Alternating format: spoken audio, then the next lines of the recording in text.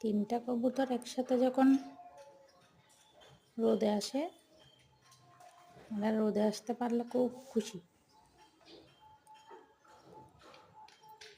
বিশেষ করে সিরাজির বাচ্চাটা তো একদমই বেশি কিউট, দেখতে বাবার মতো হলেও ভিন্ন। সিরাজের বাচ্চাটা একটু কিউট বেশি। 6টা কবুতর থেকে 3টা কবুতরের বাচ্চা ওই যে বিভিন্ন কারণে মারা গেছে, যেমন একটা অসুস্থ হয়ে, আরেকটা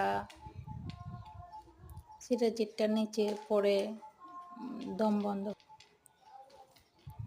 বন্ধ হয়ে সিরাজিরটা ওভাবে মারা গেছিল, উপর হয়ে পড়ে নিঃশ্বাস ফেলতে না পারে।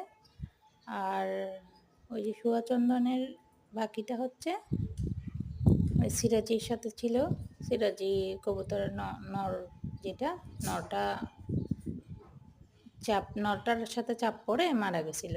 তো 6টার জায়গায় 3টা আছে, আলহামদুলিল্লাহ, সমস্যা নাই। তার মধ্যে কবু বেবি, ওটা তো শিকারি করে ফেলছে,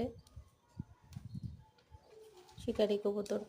কবু বেবির সাথে কবু বেবি 4 মাস, আর সুয়াচন্দনের বাকিটা হচ্ছে সুয়াচন্দনের বাকিটা 4 মাস 2 মাস।